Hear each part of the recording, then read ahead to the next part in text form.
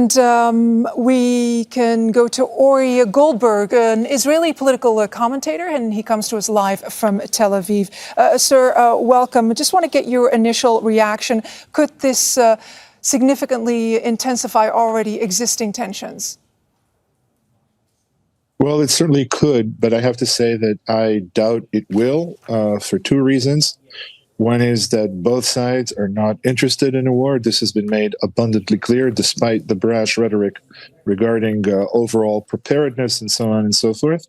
And the other reason is that the casualties appear to be Druze.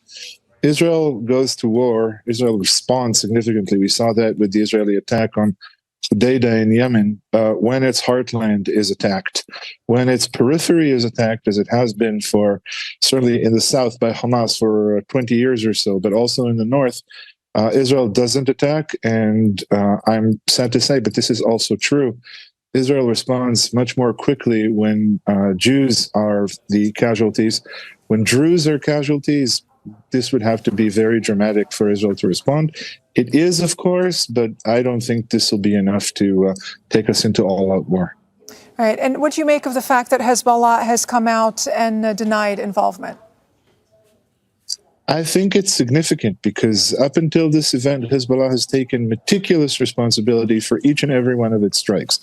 In fact, Hezbollah considers most of its appeal, its strategic appeal, as centered around this responsibility, this very careful scorekeeping of, responding to Israeli actions. As your correspondent said, Israel operates heavily and intensively on a daily basis in southern Lebanon and in Lebanon in general. Hezbollah has been very careful about keeping a balance with Israel where it always enjoys credit. That is, Hezbollah sees itself as operating with less intensity than Israel. This sort of strike would be unprecedented, I guess, over the past 9 months for Hezbollah. I don't know if Hezbollah didn't do it. This may have been an accident. This may have been a match that might light up an entire conflagration. But it's important that Hezbollah is denying it because it has not done so far for any strike on the northern part of Israel. And Ori, what do you make of the fact that the situation is simply not quieting down?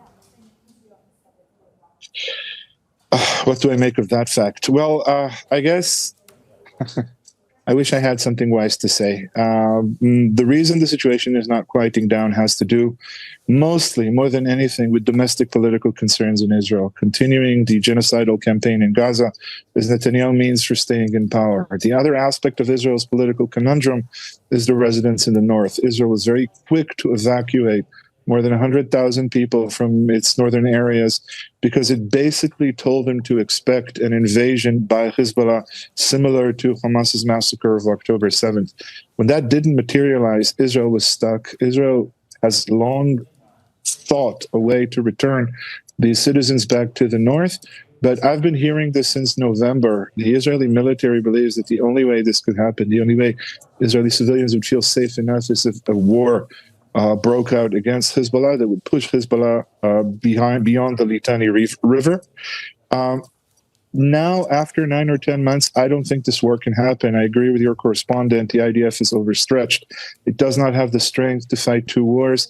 There will be some very intense diplomatic scrambling, I think, over the next few days to try and find some sort of remedy for this. But I, for one, seriously doubt that all-out war will break because of this horrific event. All right, Ori Goldberg, thank you so much for talking to us on this breaking news. Thank you so much. Greatly appreciate it. All right, Hamda Sahut is still here with me on this. Make sure to subscribe to our channel to get the latest news from Al Jazeera.